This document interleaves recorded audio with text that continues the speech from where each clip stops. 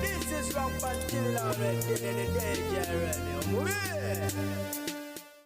Mbanirizaako abalungi abaagala kufifijayo the news anka era nga ngamba nti mukola kyamaanyi nnyo ddala okubanga ate mugyekuumiddeko mugyebale gye mutusuzaako engalo olunaku olwaleero. Ye omukulu abadde amanyiddwa nga Lieutenant General Kuteesa ng'ono yali yawummula amagye gye buvuddeko awo yagambibwa okussaawo omukka ogw'enkomerero olunaku olwaleero era ng'ono afiiridde mu ggwanga erya India gye yali yatwalibwa okubanga ate ajjanjabibwa.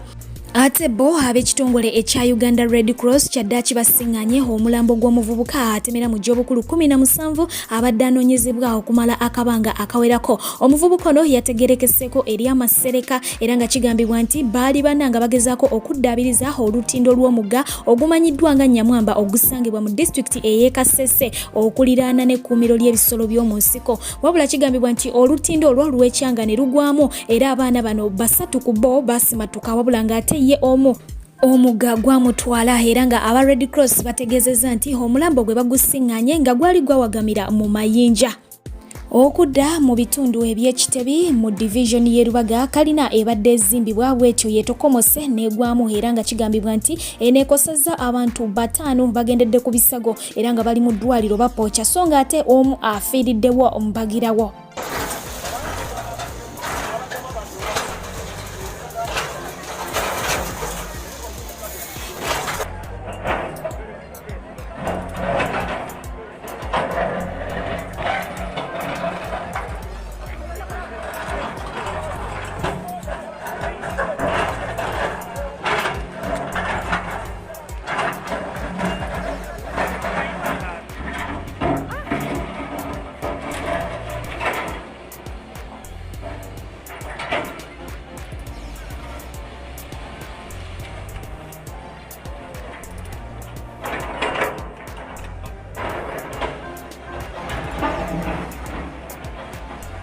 Embeera bwetyo bwefaananye esaidi eyo so nga ate okudda heru yeno bo Abafghanistan balumbiddwa dda abatujju abaterebaani era nga wenjogera bagenze dda maaso okubanga ate bawamba gavumenti yaabwe wabula bo balabiddwako nga bagenda maaso okubanga ate balipira ennyonyi y'Amerika ey'amagye ekika kya C-17 okugezaako okubanga ate batasa obulamu bwabwe. Kigambibwa nti ennyonyi eno eri supposed okubanga ate etikka abasaabaze abawerako ddala 130 bokka wabula nga ku mulundi guno okugezaako okutaasa obulamu abantu 603 be basobodde okubanga ate bagyefubitika era nga bwe batyo bafaananye nga bali munda. Ennyonyi eno kigambibwa nti yasiridde mu ggwanga erya Kata munange gye basobodde okubanga ate baddukira okunoonya obubudamu.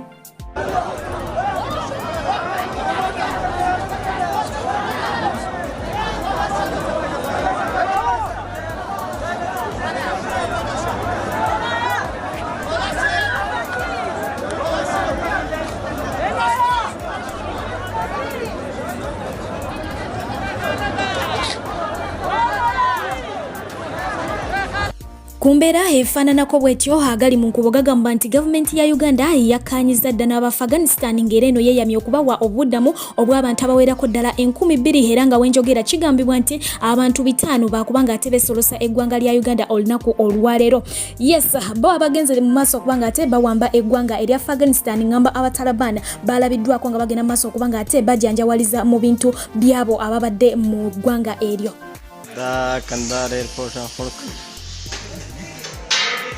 Airport नामनी कुमंदानी academy headquarter राजकीय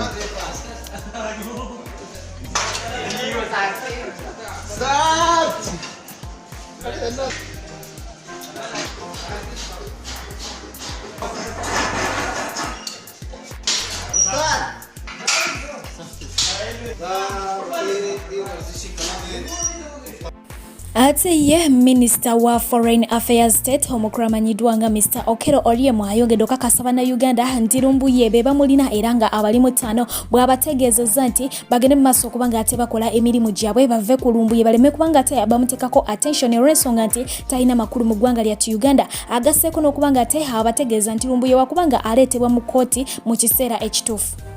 Where is Lumbuye? Lumbuye is alive. As far as I know, Lumbuye, these people should not be worried about Lumbuye, and the relevant authorities who have Lumbuye will at the right time be able to bring Lumbuye in public and bring him before the court of law. I don't think that Lumbuye should be made a martyr or should be made somebody who is so important as a film star. And Lumbuye's human rights are being respected absolutely wherever he is, I am sure. So there is nothing for people to worry about Lumbuye. People should go around trying to look for their survival. They should work hard to look after the family, and they should work hard to make sure that their household income increases, and they should not worry about Lumbuye. There are many more things in Uganda which is more important for yourself and your family than to worry about Lumbuye. Okudda mu ggwanga erya Zambia bo bagenze maaso kubanga ate munange bajaganya oluvannyuma lw'okufuna pulezidenti omujja amanyiddwa nga Ekirima Hakayinde era nga kigambibwa nti ono azaavuganya ku ntebe ey'obwa pulezidenti okumala emyaka 6 ku lw'essanyu eringi ennyo abawagizi be baalabiddwako nga beeyiye ku street nga bagenda mu maaso okubanga ate munange bajaganya obuwanguzi bwabwe. Ono yagenze mu maaso okubanga ate amegga omukulu abadde amanyiddwa nga Edgar Lungu era ng'ono yabadde afuga gavumenti oba yabadde afuga eggwanga erya Zambia. Kino ne kyaviiriddeko omukulu amanyiddwa nga Robert Kyagulanyi Ssentamu okuvaayo nagenda mu maaso okubanga ate amuyozaayoza wamu n'okuyozaayoza amawanga ga Africa. Era nga ebimu ku bigambo bye byabadde nti the road to freedom munange sometimes tebeera nyangu, olugendo olutera kubanga luwanvu ate nga munange lujjudde ebisiriko, naye nga ate ku nkomerero y'olunaku omala n'otuuka ku kiiku buwanguzi bw'ate nagenda maaso okutegeeza bannayuganda nti tugende mu maaso okubanga ate struggle en'okubanga egendera ddala mu maaso, olw'ensonga nti omukulu oyo kigambibwa nti azze yesimbawo emirundi egiwerako ddala 6 oba yesimbye ku bisanja ebiwerako ddala 6 naye kyaddaki amaze n'abeera ng'ate awangula.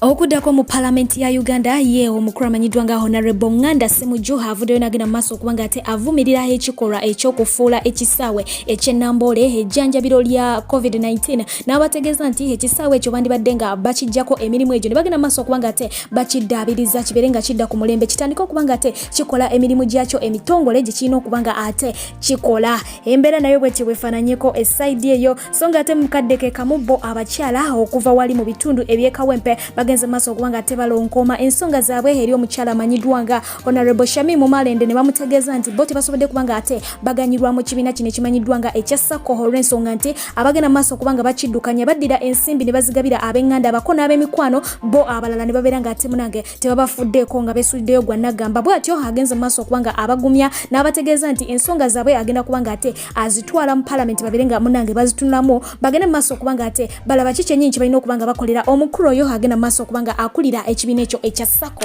Abakyala n'abaami kambanjulire Sheikh Musa Sinani omulombi w'eddwa ng'onaavumula n'okutangira endwadde ez'enjawulo omuli amajinni, ebisiraane, bakuba, onoonya mulimu mukyala oba mwami weetaaga mukisa olina olutwe n'ebirala bingi nnyo gwamwetaaze musange wankulu ku kisaawe oba mukubire ku nnamba y'essimu 0752 95 4317 oba omuweereze ka message ku WhatsApp 0782 79 49 22 ye Sheikh Musa Sinani tosubwa yangu wawonyezebwe. Jebuvuddeko tuze tulaba amawulire g'omukyala amanyiddwa nga Catherine Kusasira ng'alumya ogwengulu n'ogwemmanga ng'atutegeeza nga wagenda okubanga ate yeetaba mu kaluka East African Legislative Assembly 2022. Yes, omukyala ono yavuddeyo n'ategeeza nti ye akalulu mugumu nnyo wakali olw'ensonga nti alina obuwagizi obuviira ddala wali waggulu ngamba ew'omukulu amanyiddwa nga Yoweri Kaguta Museveni. Weewaawo bannayuganda bangi bavuddeyo ne bamutegeeza nti it will end in tears olw'ensonga nti talina credentials era nga avuddeyo n'agenda maaso okubakakasa nti ye buli kimu akirina n'oluzungu lwe bagamba nti tayina aluyina. Ensonga kweva kwe kuba nti munange yalemerwa okubanga ate asperinga ekigambo presidential advisor wabula nga ku mulundi guno alabiseko nga agenda maaso okubanga ate akakasa bannayuganda nti ekingereza akirina ekigenda okubanga ate kimuyisaawo mu kifo kino. Of course I know English because I've traveled in many countries, but what do you think? How have I survived? Japan, America, Dubai, UK. I think they use English, but what do you think? How have I survived to move from one place to another? And the little English I know it's enough for me because I don't need PhD in English. Why do you want to join East African Parliament during this time? Because we are now thinking about regional development, to increase on our diplomatic ties. You're fond of underrating people, but I'm very serious on it, and more than serious. So will you manage to represent our Uganda very well? Of course, I'm not a fool to come out and say that I'm going to stand on yellow. And His Excellency, I know he's going to be behind of me, because some people have seen me moving one door to door, begging for people to support His Excellency Yoweri Kaguta Museveni, and he's the one to decide. This time I'm very serious and I have to win this. Bwatyo bwalabiseeko nga ye defendinga ku nsonga eyo, so nga te ye omukulu amanyiddwa nga Bajo wa Bajo Events yasibukyanga bannayuganda abagenda mu maaso kubanga bajeregerera byayogera olunaku olwaleero. Bangi balabiseeko nga basiima ebigambo bye byagenze mu maaso kubanga ate akozesa mu katambi kano. Genda kubanga ate nkakulekera nkusabe gwe atanaba kubanga osubscribinga weeyunge ku channel yaffe Nkoma What of Our Bajo Events.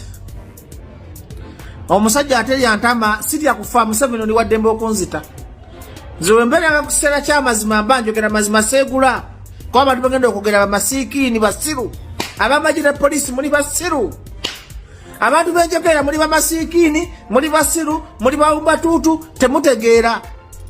Nze neewuunyamu abamajire police simanyi ne police temutegeera. Omusajja najjaga ku TV n'abasiiga ettosi n'abamalirangako obusungu nga mwaba mubeza mu buyinza nga mwaba yine mundu. Muli ekyewadiibwa mmwe. Mbwemwe mulifuna kisense nemanya tunduka tukolera yuza katwegate n'abantu tulete enkyukakyuka abantu gye baagala muli basiru. Nawulidde nakungana mu omusajja agamba nti police ekuba teyagaasi nga Museveni ayagala obeere mu ntebe. Police ekuba abantu emigo because of you, because you are the commander in chief. Buli kye bakola ng'okiduumira kakati mu public obalaze nti be babi gwe n'owejja mu musango. Museveni werabira ekintu kimu tibino ebya poliisi bibeera n'abantu ba bulijjo birisiivinga buli musango naye mulimu gogo mutwe kujjanga kuvuma poliisi. Poliisi yakola ki Museveni? Gijeewo weefuge n'abantu babakuliranye mwefuge. Tosobola kuwakula nti poliisi yonna ani ebisirikale bisiru kubanga bibonaabona tebirina magezi tebitegeeramu wadde byonna bijjaawo ne bireekaana ne byayuuya. Pulezidenti Museveni omwana wo oba kazini wo oba wekikakyo asobola okwetika ogubundu ogwo n'asitula nago n'asiiba nango afuna emitwalo 4 oba 3. Osobola okuddira owekikakyo kyonna n'omugamba n'omusikiriza okuyingira poliisi oba amagye. Buli omusungu ku mutima nti walemeramu ekintu ky'obuyaaye walemeramu ekintu ky'okubayuuza nti abantu bakuziza mu ntebe bo basindise ku jirikiti mu public enyigire bo naye ng'ate ebya poliisi bibasana kubanga mwe mwagana okwekya mulitegeera ddi nti omuntu gwe mukolera yuuza nti omuntu gwe mukolera yabakoowa tabaagala. Nolaba ebyamagye twabadde eggulu ng'ekyamagye kigamba bwefuna kyasi nkuba bajja essasi ne sale musale. Nze nkuba essasi oba kuba sale mbu byagambye byawadde ensonga nti lwaki bakamiliyoni babebekulu babajjo babitekisi babalamu bakutwadiriza buwumbi na buwumbi fe abamagye ababakuuma abawa security tufuna emitwalo 2 busiru bwammwe mwagana okwekyawa temutegeera. You don't have a voice. You can't express yourself. See, mwabakume gwanga, mwababonaabona, mu international community byetulule, nemuganyi okwefaako. You don't have voices. Reason is that these people are using you. Mwenyine munkabe takusinabanga ekyamagye n'ekimu n'ekya poliisi ekisaba ebiri.